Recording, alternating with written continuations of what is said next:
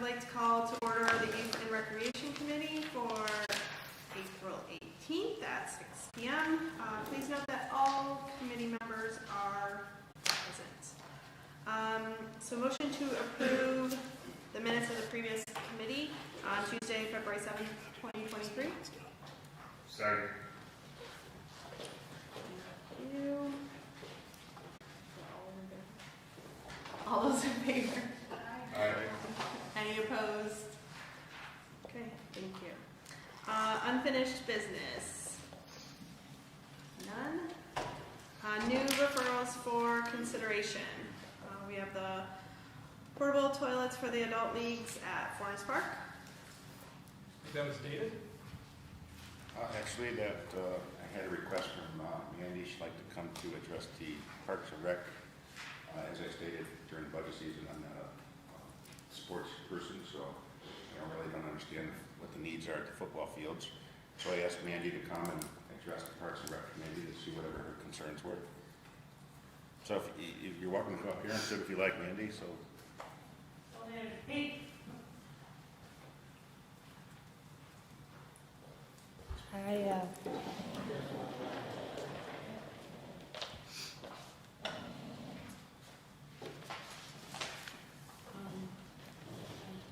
think I said a lot of what we're looking at the last time I was here, but in light of the increases, and we don't have a problem with the increases. We understand that there needs to be increases, and the fee doesn't seem like it's that much, but it is an issue when we're paying a lot more than what it's showing, because the check isn't in that amount to you, the city, but we are saving money and we're spending a lot of our own money on other things that have to be factored into that cost. And one of the things is the restrooms that we would like to not have to rent to go to the bathroom down there. There's a lot of people in there, and the other park users use them as well from May to, we have them down there through middle of August, I think. And then the other thing is the maintenance of the fields. It used to be the city maintained the fields. I think we've been doing it since, I asked a couple of the commissioners, in probably about 2007, 2008, we started taking them over, and it wasn't a cost thing. It was basically what was going on was that, like for rain days or something, it was left up. We were told whether or not we could use the fields or not, and that one, instead of talking about that or fixing that, then it just became our responsibility to maintain the fields. But it wasn't I don't believe a cost-effective measure or anything like that. It just had went over onto us, and it's a burden, a financial burden on all the leagues to do that. We're running, none of us make a profit out of it, but some years we are in the hole in fees. So, and we can only charge the sponsors so much. There's a cost where they're gonna end up saying no. And if we are paying all these things, and then our fees get things, we have to put it on to the team fees. And right now they're at $375, but I don't see that the sponsors paying more than $400. But I think that if we could alleviate those things that aren't costing, well, the maintenance is not costing anything extra. The fields have to be maintenance whether we're there or not. But the bathrooms is an issue we've asked a couple of times, and that's pretty much it. I don't know about the bathroom issue, but don't we have public restrooms down there that you could There is use? one restroom down there, and I know JR was pretty accurate with it. Where it's placed in the park is right in the entrance, and two of our fields are over on the one side of the Forness, and Forness 1 is on the complete other side of the park. And the reason why there's been portable bathrooms down there is because people have to go to the bathroom, especially during a game. And if they have to go to the bathroom, they have to go all the way down to that bathroom, then come all the way back to the field, because the spatial it's quite a distance on both sides of the field. The bathroom's like right here, and then our fields are here and over there. So it's quite a distance from all the fields. That's why there's been restrooms put closer to the fields and capacity, and just my leagues alone, all 3 fields are full, and the inspectors, spayers and everything. That's a lot of people for that one bathroom. Are there any other questions? Yeah, I have a few. I don't know who can answer these, maybe the mayor, maybe Director Thompson. I was wondering, what does the city's maintenance entail when we go to take care of a park versus what we're charging them in the fee? I guess I want to say, we're charging them a fee for using the field. So in that fee that we're charging, is that strictly for the usage, or is that for the usage plus whatever maintaining we're doing versus what is entailed when we do the maintenance? Well, the first part, I can answer one part of that. Right now, the way our parks are, it's a first come, first served basis. Okay, so they pay a fee to reserve the right to have those fields on certain nights. It's part of it. Now, as for the maintenance, Robert, I'm not sure if you know, we once a week take care of the fields, and when it's up to the leagues, the rest of the time, or I know we mow it, we mow the fields. Okay, we mow all the fields, and then I think we maintain them once a week. We get the we'll do the maintenance on the infields and stuff, and then the leagues do it the rest of the time. Yeah, I'm looking real quick for what we calculate on it. I know we had a cost at one point for Florence Fields, but what we do is we'll mow it. We prep it for the season, so there's all the raking, clearing, leveling. They will line the fields where needed, and we do that in the beginning, and we might do it one other time, then we turn it over to the clubs. Sometimes I think we've done it twice, but it's general fence repair, all the stuff in the spring to get it ready to go. Once it's up and running, it is mowing. And that fee, the fee that we charge them, that's a one-time fee? Because I haven't really, it's a one-time fee or, okay. Fee for the season, for the season.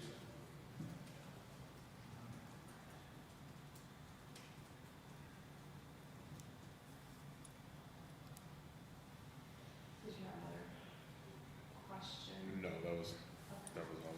I heard about the bathrooms. There's only the one bathroom there. I remember it's the building when you first come down that one street, little short street. Now, do you use the girls softball bathroom as well?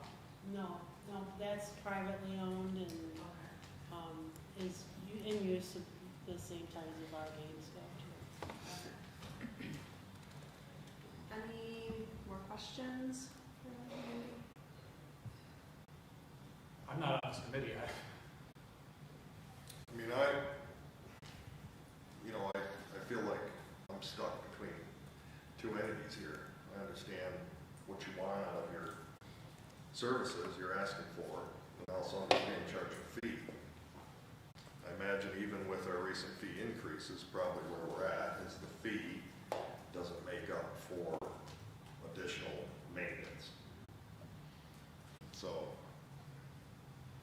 I guess that's where our discussion lands is, what do we do about that?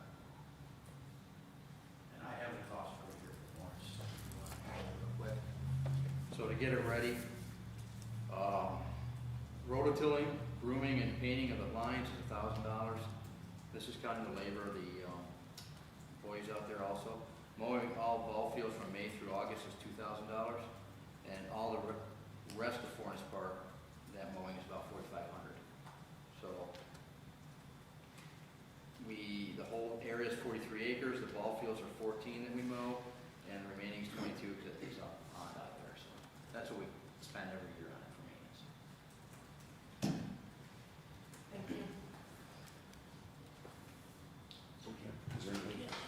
say Yeah, that's something what about I said. that? What he said is kind of, it falls into my point, is whether or not we are there or not, the parks need to be maintained, correct? I mean, we didn't make those softball fields, those are there.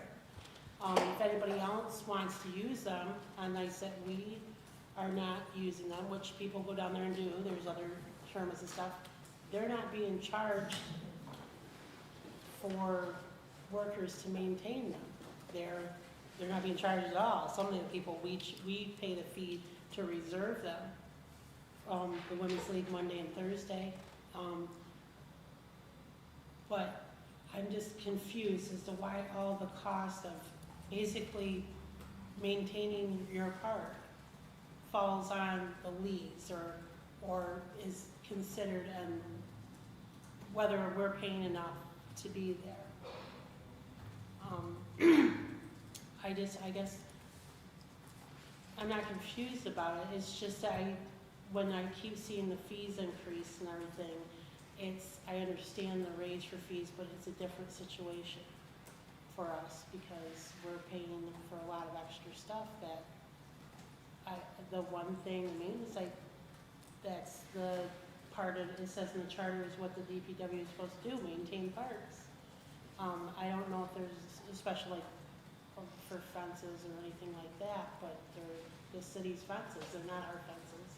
It's not our fields, but we've been taking care of them since 2007, like they're our own, and paying for the bathrooms. And I'm just wondering what we can do about that, I guess. That was my coming in initially. I've been talking about this and emailing and asking and requesting meetings since 2019. And the only thing I've gotten for trouble is raised fees. So that you can understand my frustration, I guess, is what I'm trying to get at. I don't know what can be done, but I would like something to be done. I guess that's it. That's all I have to say. So Mandy, how often are you grooming the fields and maintaining the fields? Is it before each game? Yeah, they do it before each night. The Women's League, he comes down Mondays and Thursdays. The Men League, he goes there on Fridays, and the Wood and Bat is Tuesdays. So he's down there, he does a lap with the four-wheeler and the groomer each of those days. So to your point, I agree that they are the cities to maintain, but we wouldn't maintain them at that regularity for playing. We would maintain them kind of at the beginning of the season, and then if there were rough patches, I would anticipate. So I think that. Well, that's the thing about the fields too, is whether, it's not just used, weather or anything is going to make the field different. If you get a lot of rain or something, the ground's gonna be rock hard and uneven wherever the water pools and stuff. So you factor that, and that's whether or not we use them or not. Mm-hmm. For anybody else to be able to use it, it would be the same way. And, I'm sorry, what about the other side of Furnace, so the baseball fields, they're getting, I think it's the same way. The one of those fields is privately owned, I think, and then the other ones are city. But I think it's kind of the same issue brought, but I can't speak for them, I don't.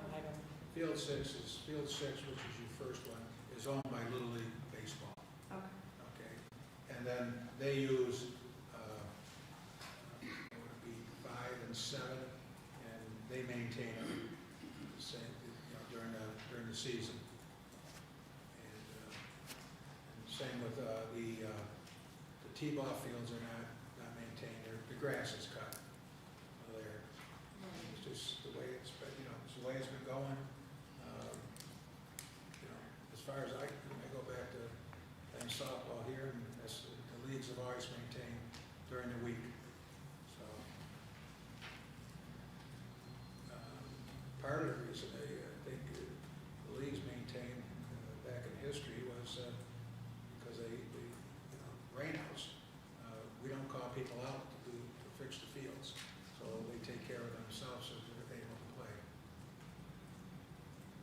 those fields have to be maintained because of regulations that are set by the league, correct?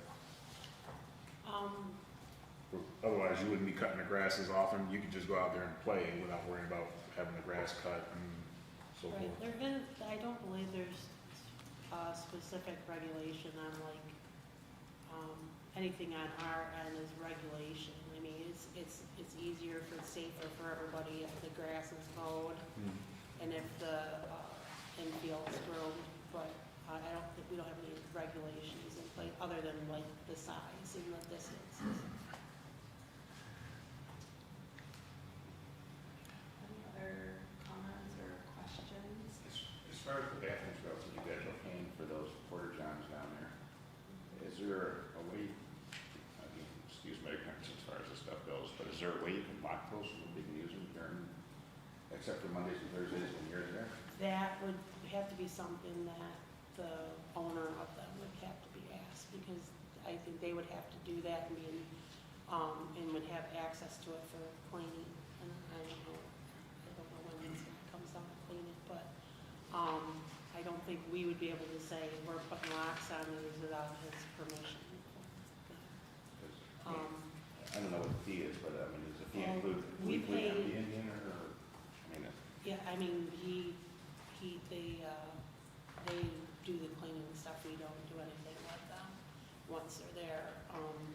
And we cut it in thirds the cost, so I believe, I don't know if, I think it's pretty even, but I pay right around $500 for for the the season? seasons, yeah. And I believe that that's like a third of what the cost is, so I'm gonna say that's probably about $1,500. I'm not positive, the owner of them would be able to tell you what exactly it costs us. I know that's what I pay, and I'm assuming that it's pretty even throughout, because the men's leagues are longer than the women's league. Even though I'm 2 nights a week and they're one, they go longer than I do. Yeah, I didn't know you shared the cost, I thought you guys paid for everything. No, the men, like I said, that's just the women's cost that I was saying. The men do the same thing. They pay for their share of the bathrooms. They pay for someone to come and groom the infield. We all share the costs. Well, thanks for coming. I asked Mandy to come because, you know, through phone conversations, I thought it'd be better if she addressed the entire Parks Committee instead of just one alderman. To let her know, give us her concerns. Yeah, thank you for the information, and,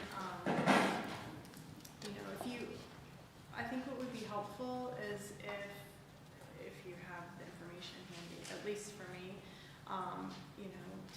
because I'm kind of with Sonia saying, the city would maintain them for, the beginning of the season, and then, it is public, and then just keep it safe with the mowing and so forth, but I'd like to see, because with your, and I don't know, keeping fields ready, raking and grooming, and how often you're doing that, and just, As far as maintaining the fields, the women's cost is $1,000 for the grooming, and he comes before games on Mondays and Thursdays. And that's just to drag the infield. And then if we want to redo the lines, like I said, they need quickly, then that would cost for supplies, for doing it for fall items as well.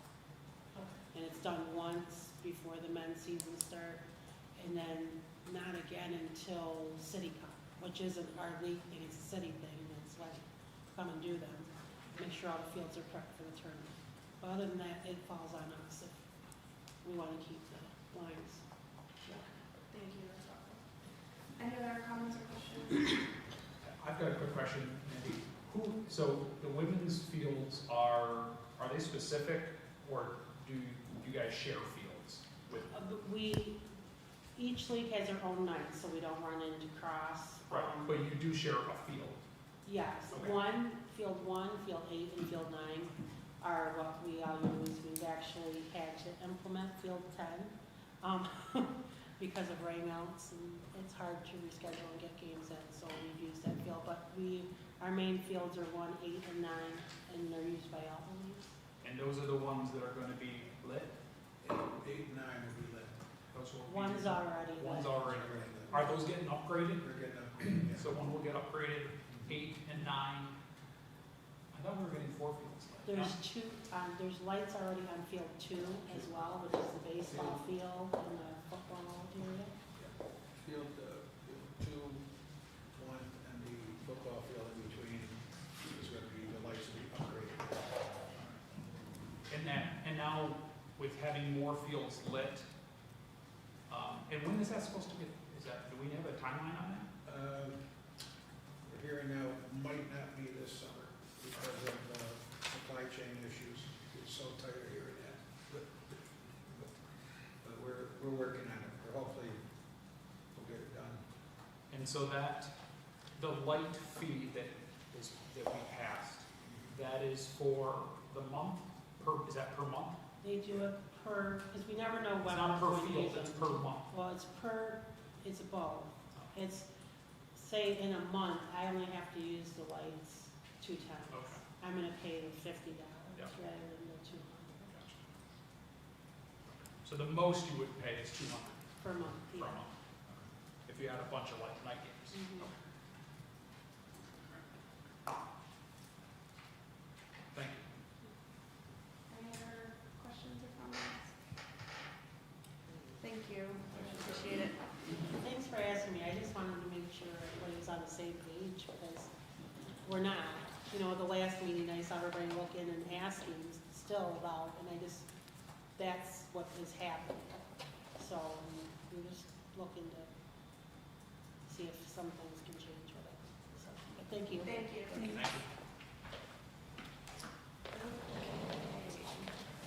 Next on the list, we have the French Shot Facelift 2023. Yeah, so I met with the mayor a couple times on what was supposed to be an exciting Earth Day, as we're having snow here this evening. Got some crazy weather happening. And this Saturday and Sunday is looking really, we're unsure about with the weather. It's looking dismal. It's looking cold and dreary and rainy, not conducive for painting. Right, Mr. Mayor? Yes. So we're looking at postponing, even though we had a rain day for Sunday, both Saturday and Sunday look cold and dreary and rainy. So we have talked about putting together an alternative date. I've been in communication with the muralist. That's right. Sounds great. Okay, the artist, as well as Bond Response and the St. Bonaventure. So they're open to having an alternative date. I don't know, Mr. Mayor, did we come up with any solid dates in mind? Well, we could go a week from Sunday to 29th. Right. Okay, that's, or we could take it into May. So I guess I think you're right. I think my recommendation, I would agree, is let's play it by ear. Let's tentatively shoot for the 29th or May 6th. And so maybe in a week's time, by next Tuesday, we'll see what the April 29th's weather forecast is for next weekend. Does that sound reasonable, Mayor? That does. Okay. Any comments or questions on that? The only other thing we could do, and this is entirely up if you want to kick it out this far, is that Sunday, June 11th. That's historically, we do the children's garden in Franchise. We go down there, redo the children's garden there, they plant flowers, and we want to kick it out that far and do it that day. Are Bonna students still available? I don't know about the response if they would be available or not, yeah. That's a valid point. So, We were gonna get how many volunteers do we usually get for that? down there, you know, 6 people, but then we have the police department comes and plants flowers, the fire department comes and plants flowers, but, yeah, I didn't think about Bonna's response, so That's maybe we awesome. better shoot for the 29th, and then we can go from there. Is the artist and the Bonna response? Yeah, they would be available, either the 29th or May 6th. I wanted to be able to follow up with them, get some direction from you guys, and then I can circle back with them. But I think it would make the most sense if we at least postpone it for 1 week. And so maybe we can put out a notice on our social media account, and the Times Herald can share that along, and we'll. We'll do a press release too. Okay, so we'll reconvene in a week, tentatively for next weekend, the 29th, and hope we don't have snow, I guess. Maybe summer will come. Thank you. Alright, committee reports. Alright, so I have a motion to adjourn. Thank you, all those in favor? Any Nope, opposed? I'm not even. Alright, meeting adjourned.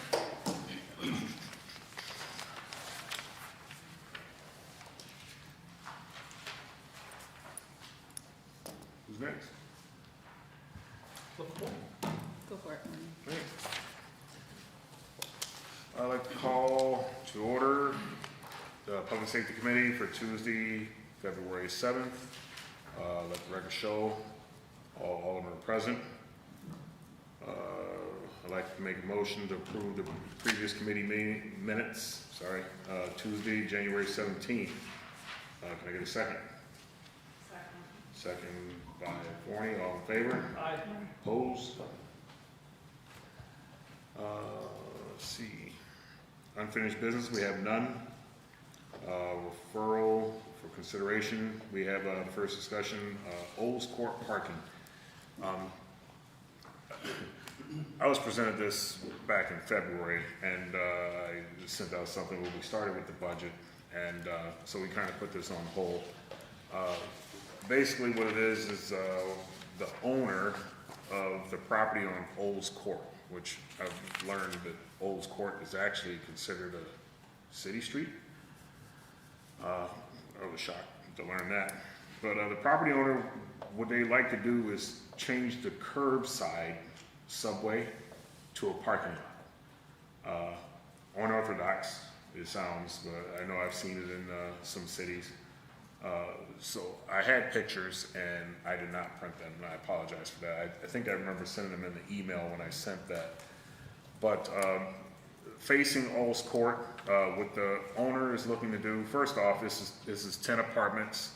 The owner pretty much cleaned out the area. I'm just gonna say it, a lot of the riffraff are gone. He wants to better the area, and I'm all for it. This is an area in Ward 6 that has been a nuisance for years. I'm sure it's been a nuisance for the police department and every other agency in Olean. What they like to do is upgrade these apartments. He's changing them or remodeling those apartments now. They're 2 and 3 bedroom apartments. The gentleman gave me a tour of one of the apartments. He currently has 2 parking spots. He'd like to have 2 parking spots per apartment. And again, it was 10 apartments. He'd like to blacktop the parking area, reconcrete the existing sidewalk and aprons that are leading into the parking area, and gravel the actual parking lot itself. Currently, the neighbor across the street parks on the concrete subway, and I sent a picture of that as well. That person obviously is grandfathered in, which brings up the discussion that we can talk about. The property owner would like approval prior to completion of the apartments so that it's appealing to potential residents. He's also looking to get sidewalks, driveway done during the spring. They're already renting to 2 people in those apartments that are there now, and currently apartments 8, 9, and 10 are being remodeled, with 10 being almost done. A family member will be moving in to one of those apartments, so you can rest assured if you're gonna remove a family member into an area that you're remodeling, that it's gonna stay, up to par. They've already installed a lot of energy efficient, things in there. They have new electric, plumbing, and drywall, and, the ones that I've seen. So, again, this is unorthodox.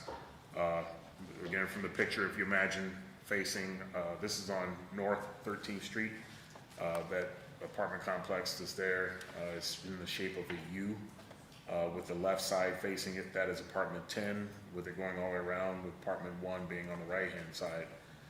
So if you could just picture that, and you have the big parking lot in the middle, out in the subway where the sidewalk and grass is, what he'd like to do is put parking spaces, whatever the regulation depth is, install a parking space going at an angle on both sides of the parking lot. It's probably gonna be 3 to 4 parking spaces on each side.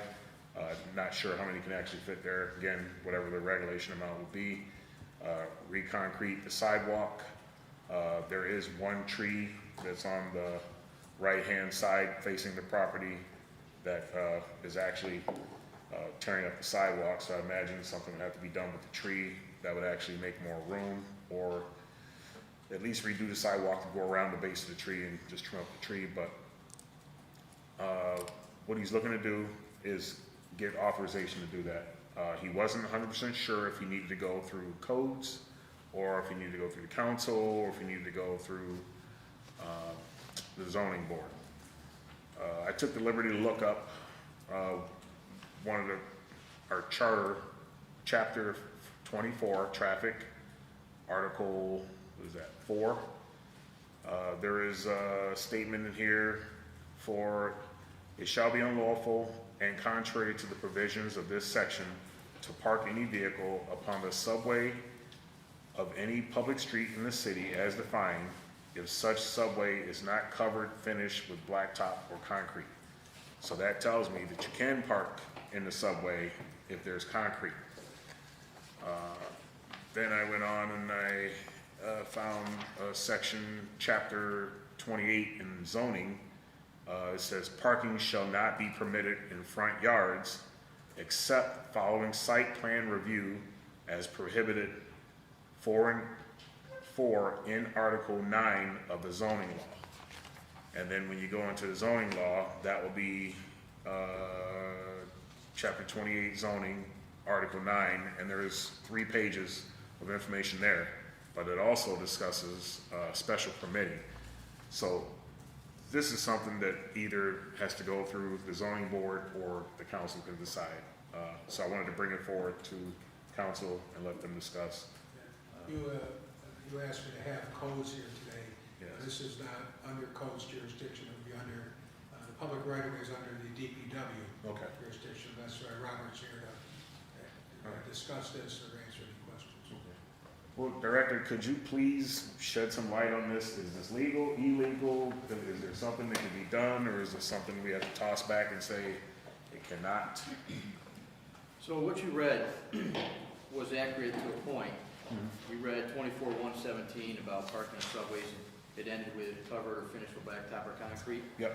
However, the next citation is, it shall be unlawful and contrary to the provisions of this section to park any vehicle on the subway of any public street in the city as defined in 1-2. In those areas of the city designated on the official zoning map as R1, 2, and 3. So that goes on to say they can't do it in the residential areas. Okay, so R1, 2, and 3 is residential? Yes, sir. Okay. So, to do this would require a change in that code. And also, they're proposing angle parking, so back to section 24-111.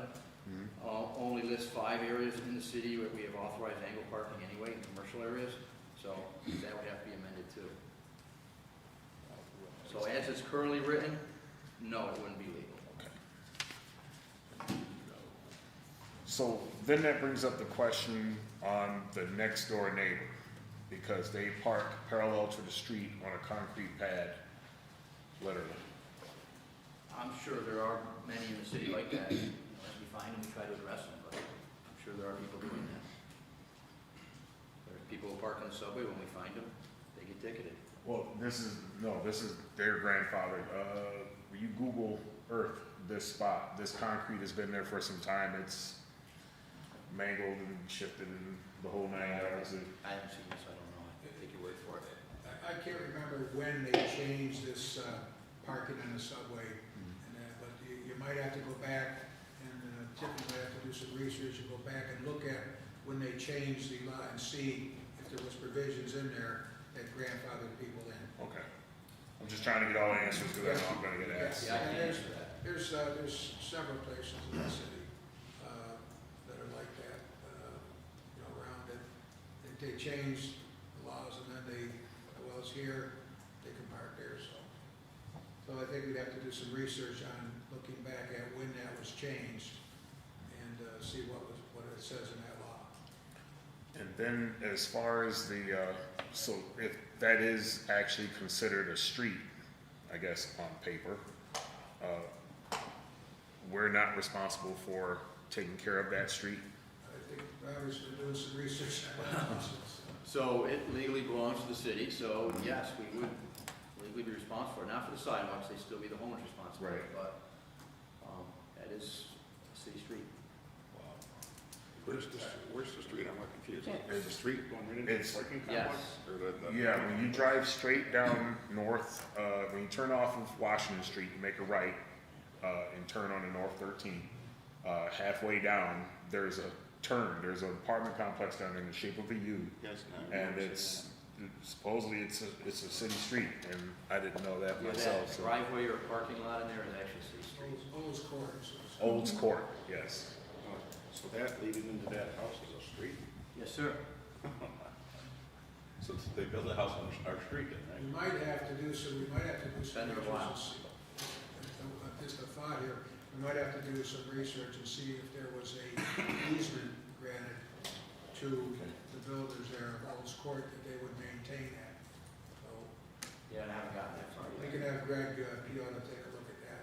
Yeah, that would be helpful, because I got a feeling that, if the parking can't be on that spot, then they're gonna, Vernon, yeah.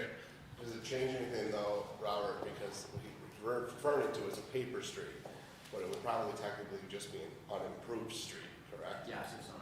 Okay. This one's on. There We is have a- other paper ones in city. Yeah, I just They have nothing. noted there's a difference between a paper street and an unimproved street. That's correct. So this is considered an unimproved? Yes, Means there's no sidewalks, Yep. drainage, things like that. And therefore, we wouldn't be required to pay. there's still a few of those out there. I believe that there's a paving petition on that somebody could do, and they want to improve the If they street, do which is a that- different thing. Yes, you have to have 50% of the people on the street agree to it, and then they're gonna pay the cost. It's substantially expensive. It goes on the tax assessment, doesn't it? Yes, Is there that's how something they like do it. that? Yeah, it's Yes. 1/3, right? You pay 1/3 or something. And they do put it on the bill. I'm thinking, for some reason, I'm thinking that this sounds awful familiar. We may have gone through this several years ago. So we'll have to do something to see if we can find those answers. Okay. too. Yeah, we'll get with Brad. All right.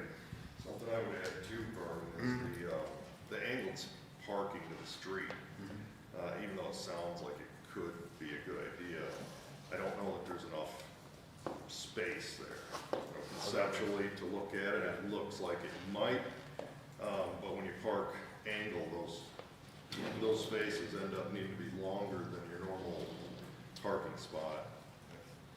I think like, say, curb to driving lane would need to be like 22 feet.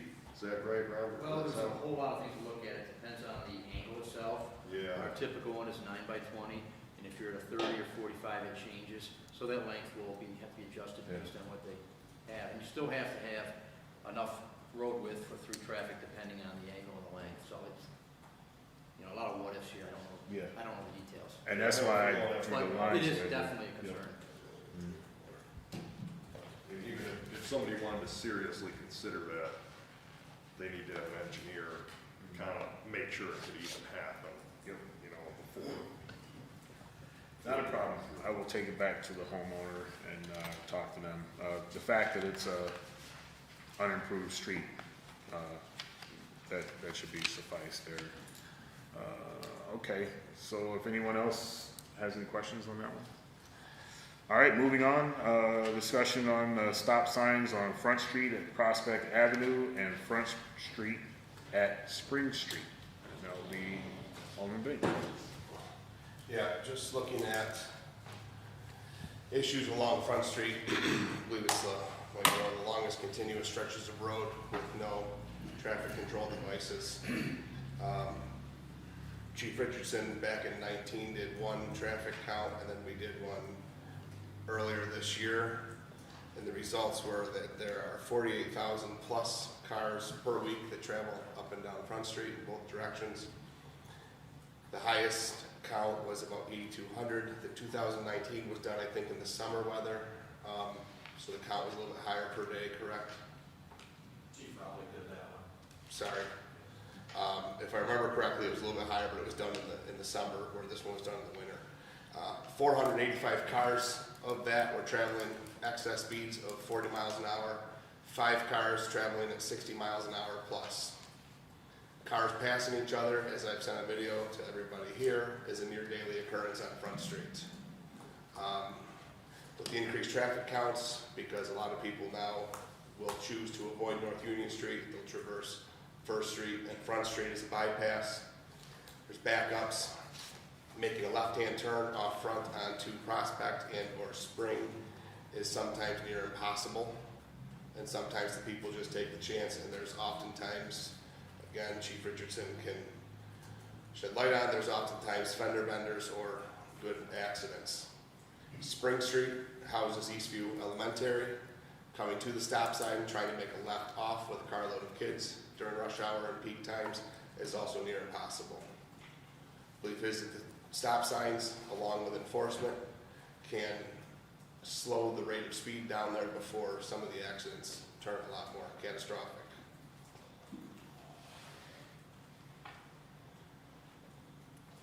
Questions? I mean, I can second what you're saying. I have been passed down Front Street before. Don't know what kind of speeds we're talking about. I generally drive at least the speed limit. I was gonna say, how slow are you going, Jason? I do not drive slow, and I have been passed down Front Street. As far as the turns, I do know that they are congested trying to get out of those streets, because I live in a perfect spot where I either go down Prospect or go down Spring. I don't generally go between them. And the one at Spring and Front is difficult. I usually choose to go down Seneca because it has a stop sign there. So, I believe his points are accurate. Have any of those locations ever had housed stop signs, to our knowledge? Chief Richardson, tell you, Front Street had a blinking light at one point. That's correct. I'm not sure when they took that out. I'm thinking maybe when they did North Union Street. It hasn't been there since I resided on Front Street, which was 2012. It was, yeah, there was a flashing light at Prospect in front. It's a three-way stop, or just a No. caution? Just a caution light, just a caution on front. I'm sorry, caution on front and a red blinking light on coming out of Prospect. Correct. And I believe, and I'm going way back to when that was taken out, it was way back, but it was non-functional, and it was decided rather than repair it, that, or bag it, they decided to take it out. And they put a stop sign, well, the stop sign was there, there was also a stop sign there. And so I think that could be off a couple of facts there, but whatever, it was taken out and it was not there anymore. I'm not sure if it was a matter of, they changed the law on that, or the manual on the signage and stoplights and all that. So, but I want to say that was done, my goodness, back when Peter Marcus was the DPW director.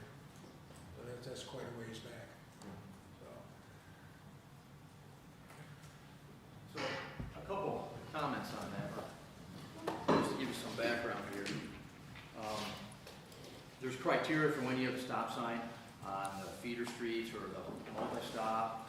And perhaps it didn't meet the criteria at that point. I can't speak for that, but just number one, the rules for any signage or signaling is all based on what's called the Manual Uniform Traffic Control Devices, which is the governing document through the United States, incorporating our reference in all the codes, and that sets the standards when we would use it.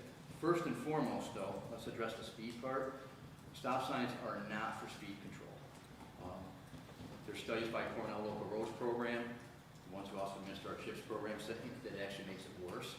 And the manual will also say they're not for speed control. If there's a speed issue, that's an enforcement issue. If you don't, you tend to make it worse because people tend to speed up and accelerate quickly trying to get to the signs and such, so it actually is not for that purpose. But if we're looking at a stop sign, you've got to meet certain criteria. The numbers you had, Mr. Benyon, that was a total for the day? Yes. Okay, so let's, hypothetically here, let's say we put a three-way stop sign at Prospect in front. You'd have to meet the criteria, and it's based on number of crashes in the area, it's based on sight distance, so they can see people coming, and it's also how many vehicles per hour.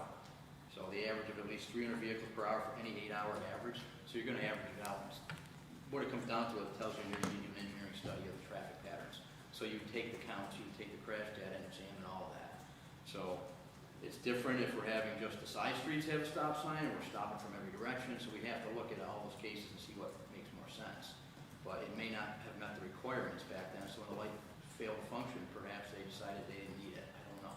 But traffic patterns probably have changed since Union Street's work, so we have to take a hard look at that. But it isn't just total, just want to be clear about, there could be times during that day where it is heavy and you can't get through for maybe 10 minutes, or it makes it difficult. And the rest of the day it's not, that wouldn't necessarily warrant a three-way stop sign or a light, depending on what the numbers are. If that helps.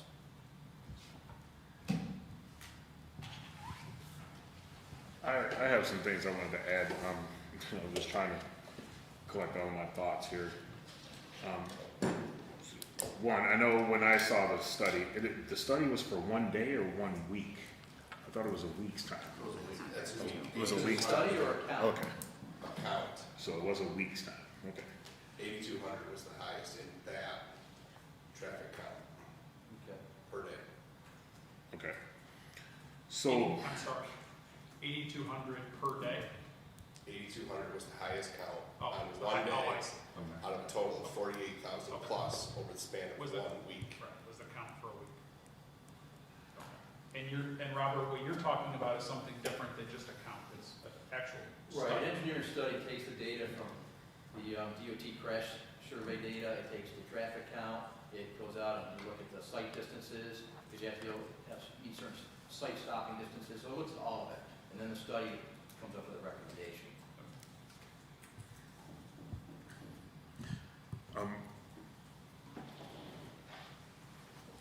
I'm definitely for some method of slowing down traffic on a street that had 5 people, or maybe the same individual, we don't know, driving 60 miles per hour in a residential area.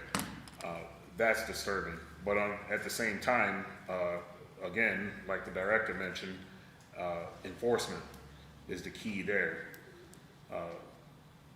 I'm curious to find out because I know Front Street is one of the projects that we're gonna do, correct? That needs to be done. Down the road, Down the road. yes. Okay, so, well, if it's down the road, then we gotta look at something as a fix for now then. So, because I was questioning because whether or not, if the road is gonna be narrowed when we reconstruct it, or if we're gonna look at the design of the road and how we were gonna slow things down. I remember there was a case where Olean streets are wider than most cities, so we were putting bump outs to lessen the distance at crosswalks. So if that's the case, and this is the case for Front, if Front is one of those streets, we're gonna have bump outs every so many blocks there. That would potentially slow down the traffic, or we would have a lot more people getting hit. It's gonna be one or the other. So that brings us back to enforcement.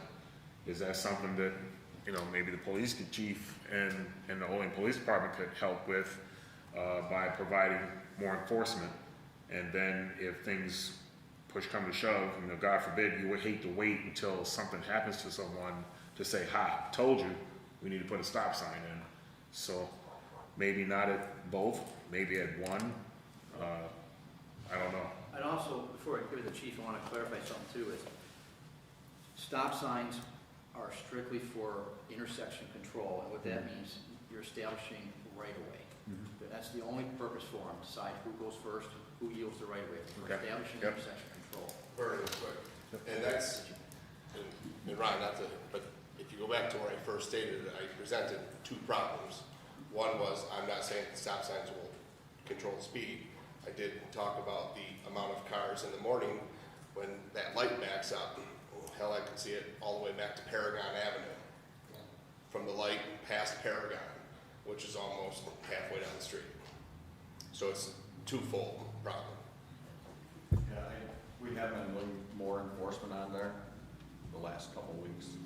We have gotten a few tickets, so we'll continue to step up enforcement on Front Street. In all fairness, the vehicles that are in excess of 60 miles an hour, remember, we have a lot of ambulances in the town can go Front Street. So without knowing which vehicles they were, those could be the ones that were, you know, or police cars responding. We have, that's going, we have sheriff cars, we have trooper cars that come through town that way to go to Portville area. So that, you know, you just don't know. The device does not pick up what kind of vehicle it is.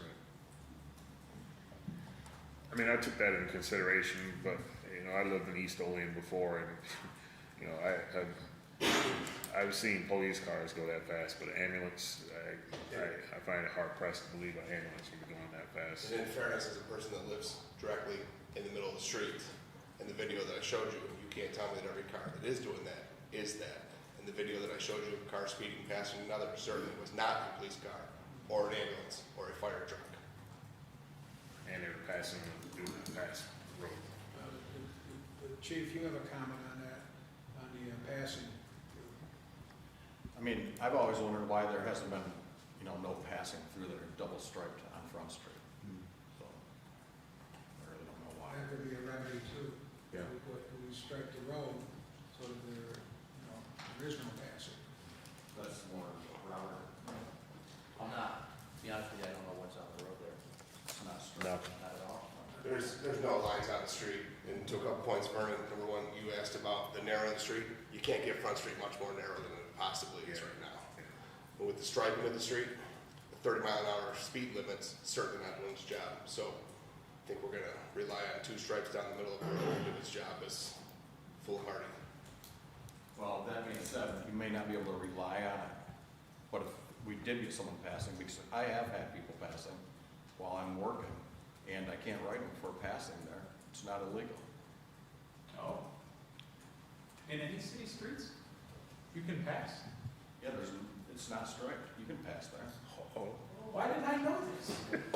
I don't know why I didn't know it either, but I would strike Front Street tomorrow. The whole council's getting I ticket. thought it was a rule. Well, common sense dictates, it's only so wide, don't pass. But, Now I'm trying to think what the other streets look like. It's Washington and North Union striped?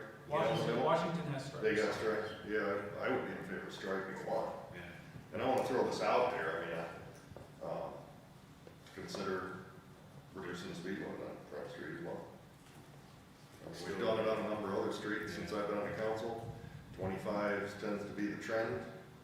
And, you know, even though I don't drive slow, if you're going around a city this size, I don't feel like you need to go any faster than that. We now have the authority to change the speed limit. The state gave municipalities that authority to change the speed limits on city, town, village roads, so. The only thing I'd like to add too is, I do agree with what JR was saying about speeding on that street, because I'm one of those people that use Front Street. I don't speed, but I use Front Street to avoid the roundabouts on Union Street when I have to go anywhere.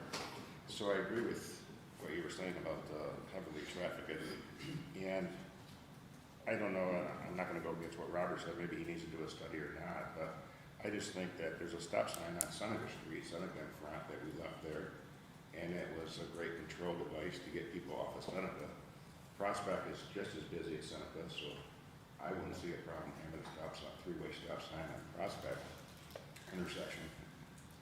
And also, I agree with what Jason said, is maybe we could make, when they do that repaving over there, maybe we could make that a bike boulevard, connect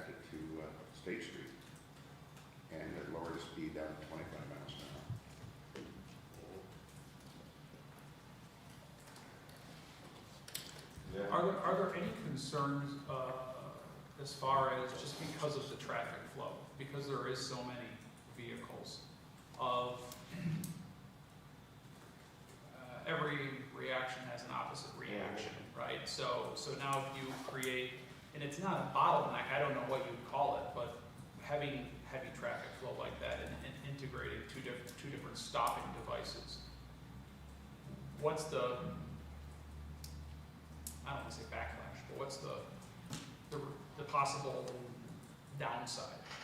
It's also possible you could solve some Does issues. does you it, know? huh? I think it's also possible you could end up with better traffic flow. Maybe, Maybe somebody understands that, I don't understand this. right? Simon's been trying to ask something. Well, I guess I would ask, you know, kind of along Wayne Street, when school is in session, you can only go one way. Is potentially another option to maybe just have that be right turn or something, kind of like it is on Wayne and First? You know, right during school from like 8 to 5, you can only go right. Off the streets, yes, but when you're trying to turn left off front onto Prospect, which is a main feeder of those neighborhoods, how, they can't. Well, I was talking when you Yeah, I'm came saying from at school, the right? stop Because sign, that's, yes, coming yeah, up, yes, but as a way to get to, on the Prospect for all Right. these people to get home is the other part of the problem. And in talking with several of the residents in the neighborhood, actually the one right in the corner said, I don't know why it's taking this long. And only one spoke and said, I understand why you're doing it, I don't agree with it, but I understand why you're doing it. Everybody else that's speaking to it was in favor of it. So it sounds like to me we need to get some type of study or, I think that's what Margaret, that's what you're suggesting, right? Yes, that's what I would suggest, so that way we know we have all our facts. Yep. And everything's in line. Is that something that your department would do, Robert, or we need to contract that out? We could do either. And the only thought is, that I'm going with, is I don't understand how close we are to redoing anything on the front. But it would make sense for it to be quite comprehensive if we're going into redoing it. There may be other things we want to catch. It will be comprehensive. I want to get some other stuff done before I can get asking for that amount, because that's gonna be a lot of money. But there's a culvert involved, there's, full depth reconstruction the whole way up, so that's a few years down the road. There's some things you can do in the meantime, you know. You could strike the road. You could reduce the speed to 25, you know, in the end until, you know, but let Robert do their study and he'll come back with some suggestions, so. We can do that. Yeah, we'll push ahead with that. Do you know how long this thing will take, Robert? Just, will it be done within a month or so, or? Depends on the workload, but I would think it wouldn't take more than a month or two. You want to try to balance everything else we got going on now, the budget's over, it's not gonna be that bad. So I'll just give you my personal observation from coming opposite of all that traffic in the morning some days, it's school traffic. That's what all that is on Front Street, it's everyone taking their kids to drop them off at the school. And that's almost 100% of it, because I'll sit up at, come down Union there and watch them all, I can't get them circled up there, because everyone's coming over Front Street and across. So that's what this traffic is, so whatever we do here, we're gonna send them somewhere else, so just keep that in mind, they are still gonna go from here to there.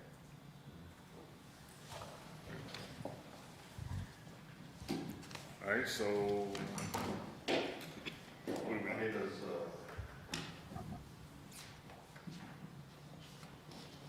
I don't know if it makes sense to decide to strike the street no matter what. Is that something that makes sense to consider at this time? I think it makes sense, because if nothing else, you can arrest Or them. is it Or something- not arrest them, but fine them. No, like not arresting people for, but honestly, it would never have occurred to me that you could pass on that street. And, you know, while I don't think that's the ultimate fix, but I think at least it gives the police a vehicle to write a ticket, and maybe that will encourage the individuals that are guilty of that to stop or maybe go to a different street. I agree with that and, doing the study to, find out what we can do and how we can improve that area there. No, I think Definitely, that I'd say. makes sense. What we've typically done, at least over the last 7 years that I've been here is, we listen, and I know JR reached out, talked to the police chief, and we try to get, the feedback, the traffic studies, whatever, and then get all the information possible. But, personally, I'd like to see all the main throughways, or whatever you want to call them, be 25 miles an hour with stripes. There's a massive difference in an impact under 30 miles an hour in terms of damage and fatalities and casualties versus over 30 miles an hour. So to slow things down, to put striping and obviously increased enforcement is, we can have all the, lots of different codes, but I appreciate the police chief said he's stepping up enforcement. Hopefully that results in some tickets too. But yeah, let's gather all the information we possibly can. All right, so I guess we're moving forward. Just to recap, we're going to look at doing a study. It should take 1 to 2 months. Police chief's already mentioned they're enforcing. So as Crawford said, hopefully that will improve some things. And after the study, we can look at considerations for striping the road or maybe reducing the speed limit to 25 miles an hour. And then, if it doesn't work out there, then we can go back to the stop sign solution there. Any other questions or comments on that topic? All right, moving on. I had a couple of questions for the mayor. I figured I asked you about these before. The trail signs, picking up the poop down there, residents complaining. They did check the inventory, we don't have any, so we'd have to order some signs. So, we'll take a look at the current budget, see if we have funds available there. If not, it'll have to be after June 1. Okay. And then I-86, that exit between exit 26 and 25 there, there's the guardrail that's down and potholes that are getting even bigger. I did have a conversation with an individual from DOT, his name's just jumped out of my head. They are aware of it, getting a schedule to get them fixed. As for the road surface, they got quite a bit of that. I just went between here and Hinsdale, and it's on there. It seems like just big patches have come up. So they are aware of it, and they'll be addressing that too. Here. But up on top of exit 26, that's I told them, I think that's awful dangerous. Yeah. Right there, and then it goes there. So they had some crashes up there. That's what did them in, and so they are aware of it, and hopefully they'll get it fixed. Okay. All right, any other questions for this committee? All right, seeing none, I'll make a motion to adjourn. Maybe a second. Second, Alderman Anastasia, all in favor? I oppose. And we're adjourned. Okay. Let's see. I will call to order Finance Committee Tuesday, April 18th. All members are here. Approval of previous minutes from April 4th and April 5th. Need a second? Second. Thank you. All in favor? All right. Okay. Finance and bills. Anything for? Okay. Seeing none. Unfinished business. Alderman Crawford, do you want to? Sure. So I worked with Alderman Benyon on addressing, we're trying to clean up still the city sidewalk rebate program. It's been a very successful program, but you have lessons learned over the years and what works and what doesn't work. And I had typed up some of the feedback that JR and I had come up with on how to improve the program. But right before the meeting, Director Thompson said that he had some thoughts that he would like to offer on ways to improve the program. And since DPW manages the program, and I would invite Director Thompson to come forward and join us and tell us. I'd like to hear his suggestions as well.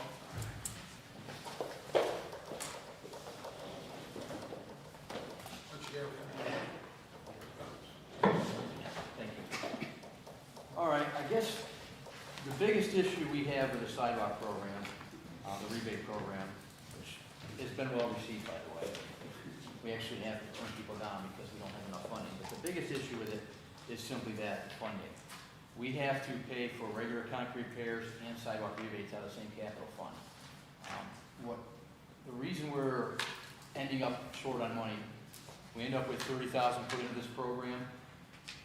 There's two options that they're given. They can fix it with their own contractor, or they can use a city contractor. So can I just, I thought we set up two separate funds. Yes.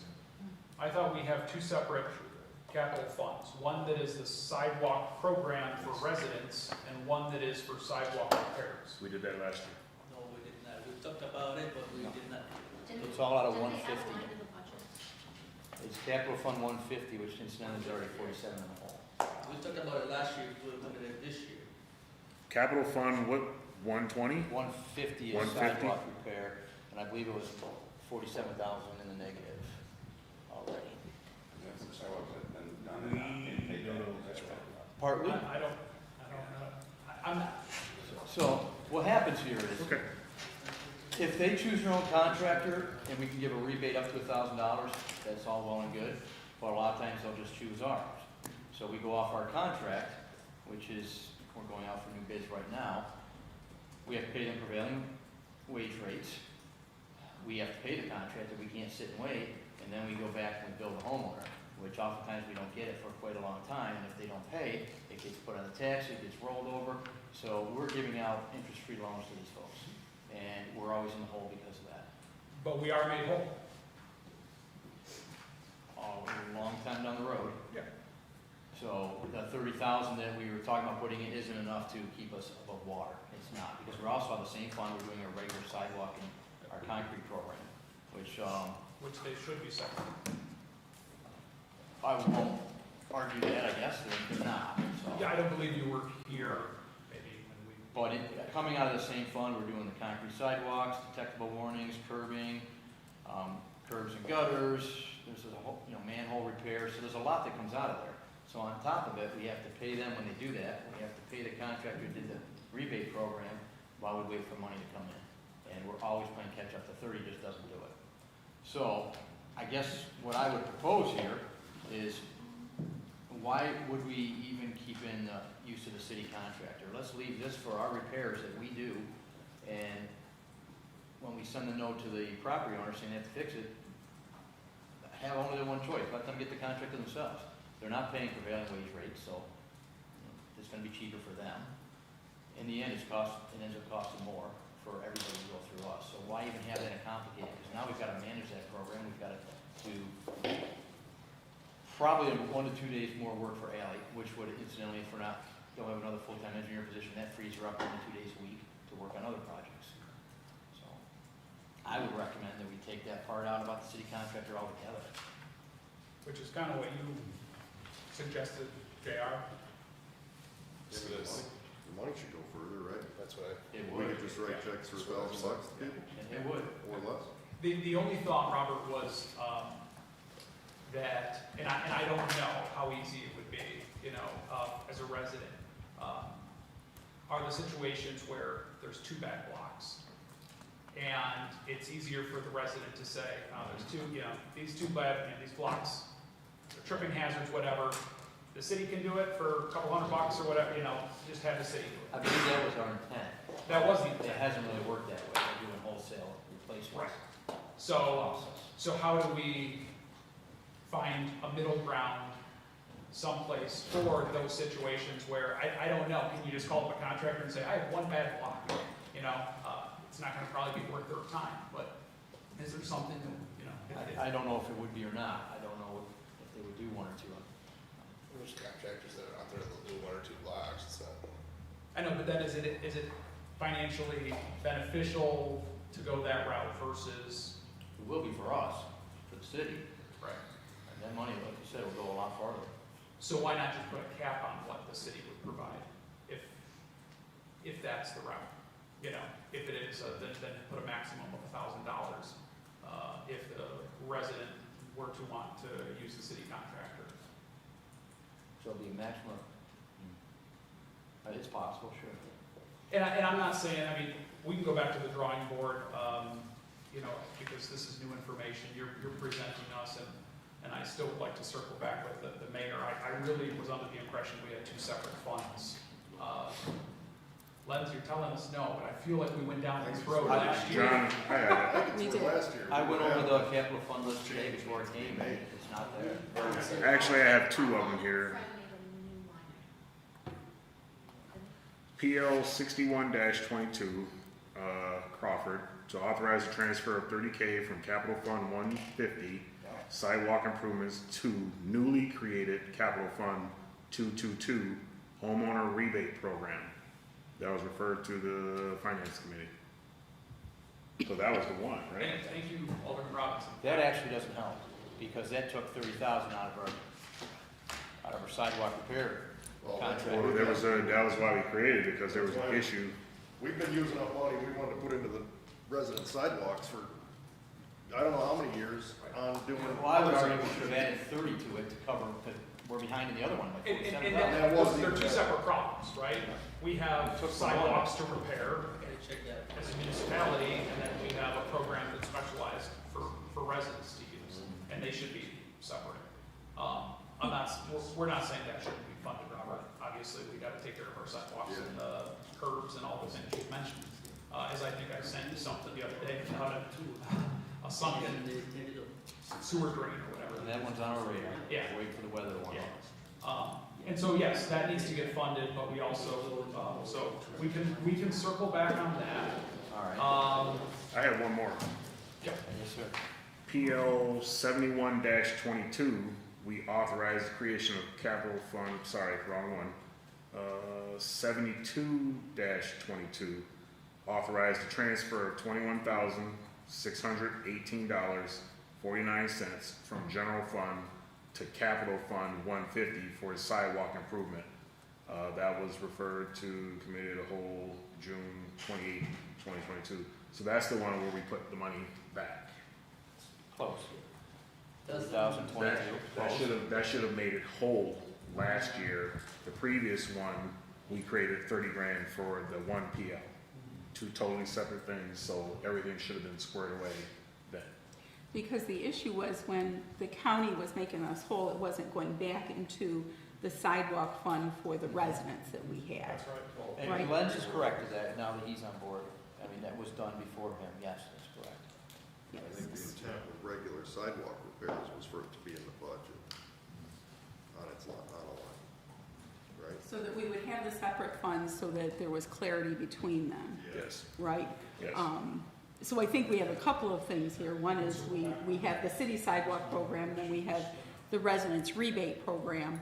And then we also, how do we manage the residents rebate program? So almost three issues.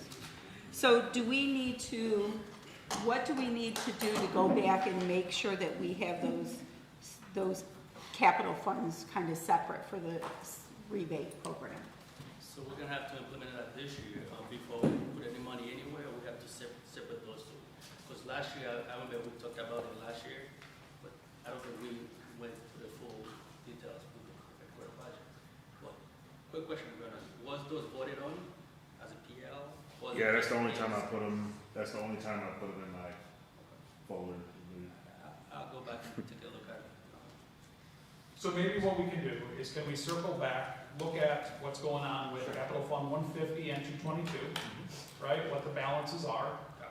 And when the question then to Lenz is when we do our made whole from the county, are they going to the right places, right?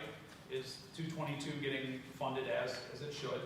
And then, Robert, I'd like to circle back with you on, integrating, your point is valid, right? I get it. It wasn't the intention to just, be paying a premium. It's more expensive for us and the resident to do thousands of dollars worth of sidewalk repairs. So maybe there's something there that we can do. Additionally, what JR and I had put forward as far as tonight was something to address, probably establishing some sort of payment terms so it doesn't go on for Xfinity, whether it's, you know, any remaining balance owed to the city of Olean after X amount of months should be placed on next year's taxes, but I realize that that's a, you know, a lengthy process and to We go. already through have jail. that, I found in the ordinance, it's not, It is in the it's not what you're going to like. So we would, by changing this sidewalk program, we'd also have 2 citations in the ordinance that we have to amend to make sure it's in line. But this one states that the taxes and assessments which are levied for the purpose of paying the expense of sidewalk installation or improvements shall be payable in equal annual installments over a 5-year period with interest charges at the current going rate of investment. The owners of property have the option to pay the whole within 15 days from the time of completion of the assessment. And such option or privilege may be exercised at any time and any installment comes due. So they have, right now, we say they have 5 years to pay us back.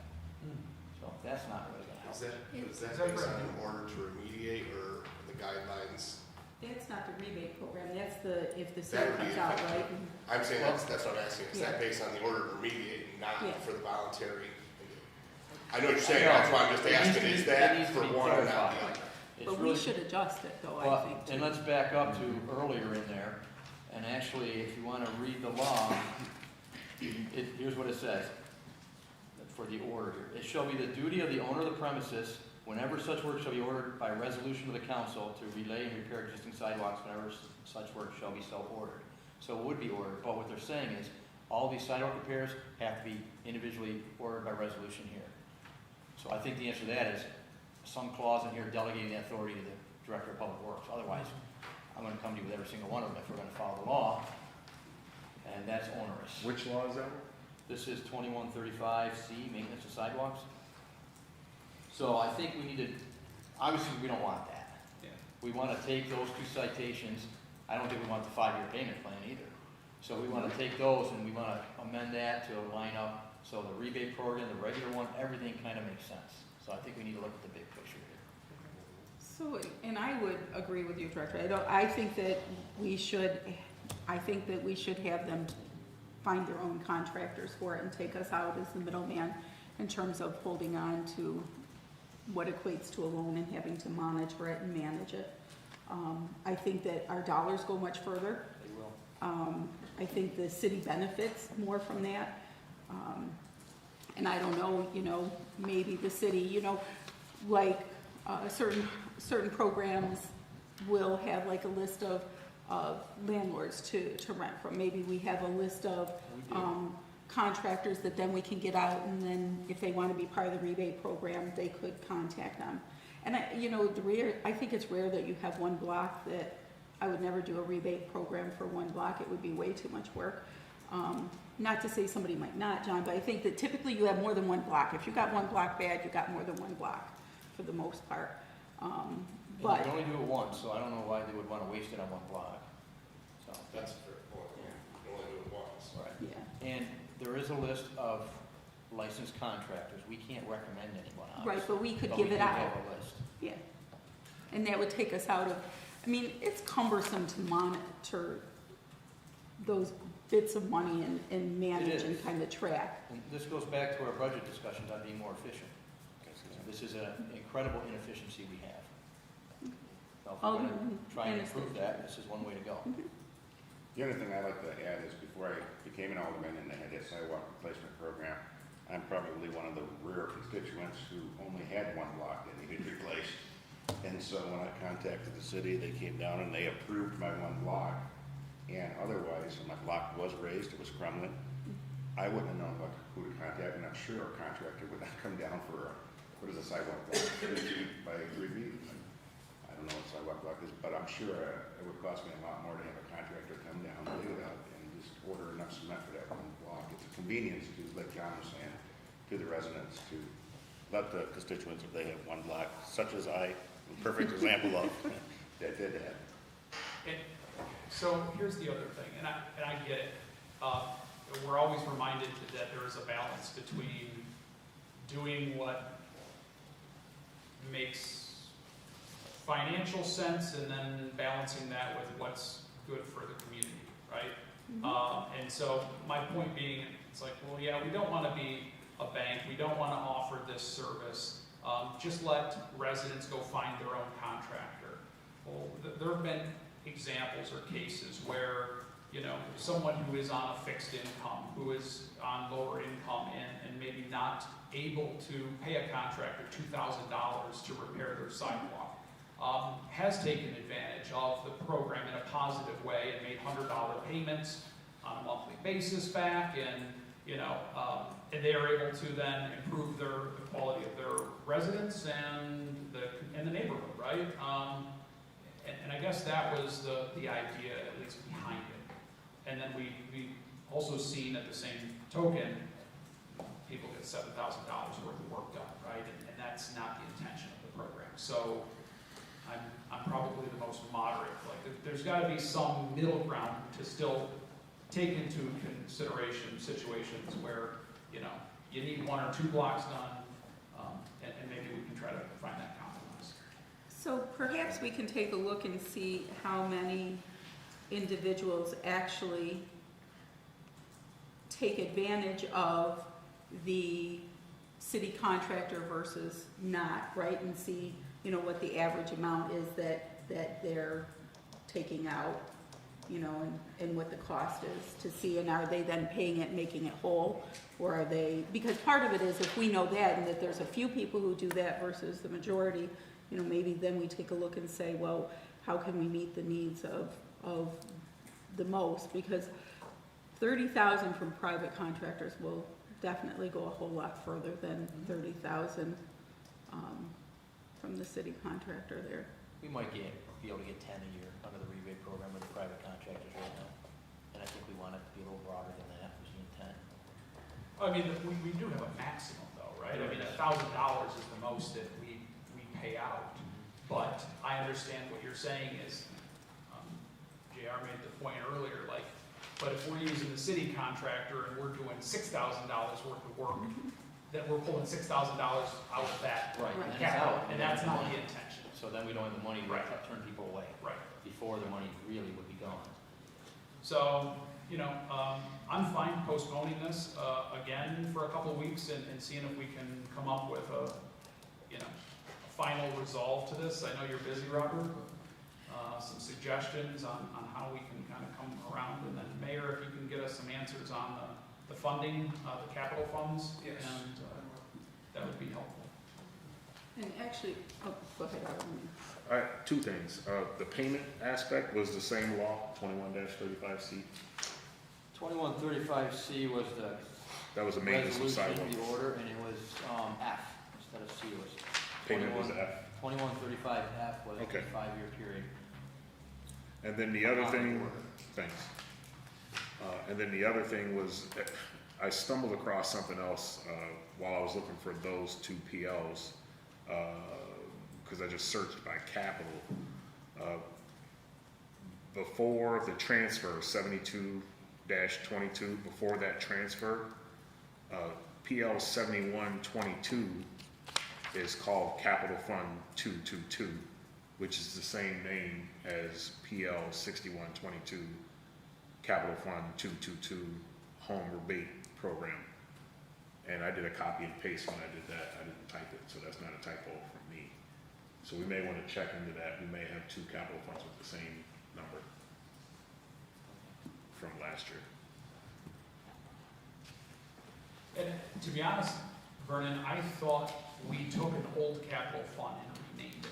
Yeah, we took Capital Fund 150 and transferred 30K to Capital Fund 222, and it was called Home Rebate Program. And I thought 222 is what we renamed the home rebate program. So I Yes, thought- Home Rebate Program was the new name. Okay, Yes, but there still is a 150 that should be the sidewalk program. yes. Yeah. And I think that was the one associated with DPW. Correct, that's what my understanding too. Okay, so to wrap up, we have to get Mayor will provide us some clarity regarding the 2 capital projects and where we need to go from there. And then Director will give us some thoughts on, it sounds like we need to look at both the 2135C and F, and then also the rebate program. So, Yeah, could we clean all that up while we're at it? I think we Okay. should do it all at once, Yep. yes. Great. so do you want to give do you want to send us, kind of your thoughts on the changes? Okay. And so we will postpone then? I'll make a motion to postpone. Okay. A second. All in favor? Aye. Okay. Okay. New referrals for consideration. 301 West Oak Street, sale of a city-owned property. So, Mayor, who, Yeah, this is, we've owned this for several years now, and, we talked about selling the properties that we do own. I think this one, I've had at least 4 individuals interested in this property. I think we should start with this one. But it, we can do a request for, what would we do, we could go with a sealed bid with a minimum amount. And we'll talk to Piota, get Piota, and see what it would be valued at. Go with maybe a minimum bid, and then put it out there and let them, give them a period of time to bid, and let them come in, and the highest bidder will get it. that's a vacant lot, correct? No, No? no, this is a house on 301. Is this the Wow, one you so much brought for up Google before, Dave? Maps. This is, Dave brought this up, a couple of Yes. times. Yeah, I've had several people over the past couple of years asking about this house. And the last gentleman that asked me about it, he was supposed to come tonight, I don't know where he is, but he wanted to, he's, I guess, a carpenter, and he wanted to, the house has been vacant for 7 years, so it needs a new roof, and it's getting in pretty deplorable condition. He's looking at the outside of it. I don't know why anybody would want it, but he wants to purchase it and live in it himself. He wants to remodel it and fix it for himself. But the question that he had is, of course, he's never been on the inside, and before he makes a bid on it, he wants to know if there's any way he could contact codes or which office to go through. Because he would like to look at the inside of the structure to see what he's really getting himself into. That's not how it works. I think that'll be a request probably by anyone that wants to bid on it, so we can make those arrangements. We can put the bid out, put it out there, and then make those arrangements so they can view it prior to them submitting the bid. Yeah, and the reason I kind of like this last gentleman that contacted me is because he didn't want to rent it and, have it be another slum landlord apartment complex in North Olean. He wanted to live in it himself, so that's what it's. I believe this is the one that was actually 3, they had divvied it up into 3 apartments, and the thought a couple of years ago was that we had it no more than no more than a duplex, 2 apartments in it. And, but I think we're obligated to, we've got 4 or 5 people that have been interested in it, so let's get it done. That's what I'm. Yeah, that'd be good to get back on tax roads. Yes. Thank you. President Crawford. Thank you. Mayor, if you recall, a while back when we had a bunch of properties, and this just came to my mind, obviously it's no secret that we struggle with a few landlords in this community, and the idea that we did before was, rather than go the sealed bid and just go with the highest bidder, we asked for RFPs, requests for proposals. And if you remember, and then they could submit the proposal to your office, and then it allowed the council to say, okay, well, there's somebody who, and we put it in the terms. They're gonna be owner occupied, they're gonna fix the place up, they have 12 months to get the work done. And we could build, like Nick would word it all in the contract, they had 12 months to fix it up, it was gonna be owner occupied, it wasn't, rather than just take the risk of letting. I'm good with that too, so. I mean, I'm 100% on board with getting these properties back on the tax roll and getting them fixed up, but maybe we could look into that process. Okay. I'm good with that. It was very successful when we did it a few years back. Any other discussion? Okay. And the capitalization policy. I give you guys one of these. This is mainly housekeeping from, suggestion from BWB, the last one that we have. Right now, I don't think we even have a policy in the book right now. So this one is a sample that I give to you guys, you could take a look at it, which we'll probably present it to you by next week to get it on. They wanted us to go from $1,000 to $5,000 to our capitalization to be presented to the financial statements. I think this is good for us to do because we're dealing with millions of dollars. I mean, to capitalize $1,000 is not in the grand scheme of thing. That's basically nothing. So we're gonna go from $1,000 to $5,000 capitalization into the financial statements. And it tells you everything that you need to know in details. It tells you what it is and the threshold and the procedures all in details in the form that I gave you. So anything under $5,000, we would just write off as an expense? Yeah, Yeah. pretty much. Yeah, that makes sense.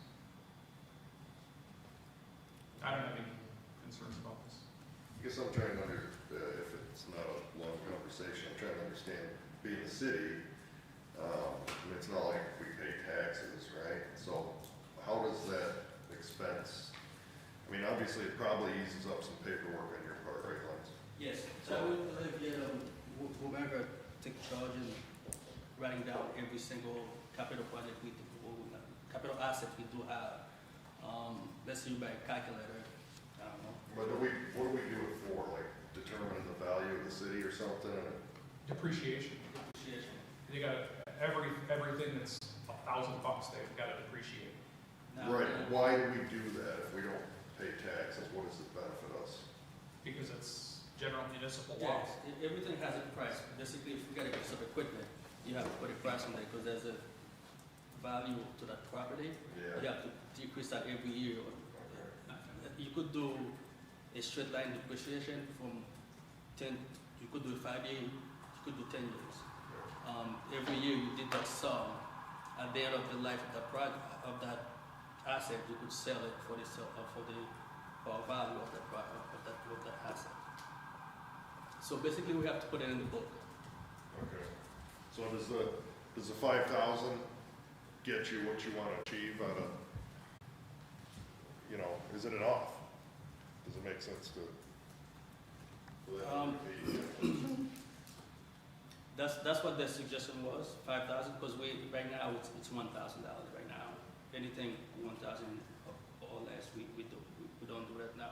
For 5,000 and up, we're gonna start doing that right now. So that was suggested by BWB to increase it to $5,000. And it's just under general municipal accounting, they mandate, anything that you've got a capital asset, you gotta depreciate it. So this frees up, from, having to depreciate every possible little thing. A desk today costs I think we're $1,000. somewhat late, because I think that ruling came out in 2014 by the IRS, so we're somewhat late. So Okay. Yeah. This is for record keeping, for an RFP. Any other questions? So do we have to put this in as a, It'll be a PL and Yeah, resolution for next week. next week. all right. Works for me. Okay. Committee reports? None? Do I have a motion to adjourn? Second? Oh, One second. oh, we have something else too. Oh, 1 second. I thought you said second. Capital. Yeah, I was gonna talk about, Yes, so capital just, so next week, what we'll do is we can have another committee, right? It doesn't have to just be committee of the whole next week, right, Tiffany? Could be finance committee next week, right? Like, sure. We can do whatever we want. Yeah. Okay. So what I've asked for next week, and I've given the mayor a heads up, is, we're gonna bring up the capital projects. We need to start reviewing those. And so we'll have finance next Tuesday, along with committee of the whole, and start talking about the capital projects, that we need to get moving on. just wanted to make note of that. Thanks, I wrote it down and then promptly forgot it. Okay, now do I have a motion to adjourn? Yes. Okay, so Alderman Panis and Alderman Anastasia, I thought y'all wanted to stay for a while. All in favor? Aye. Okay.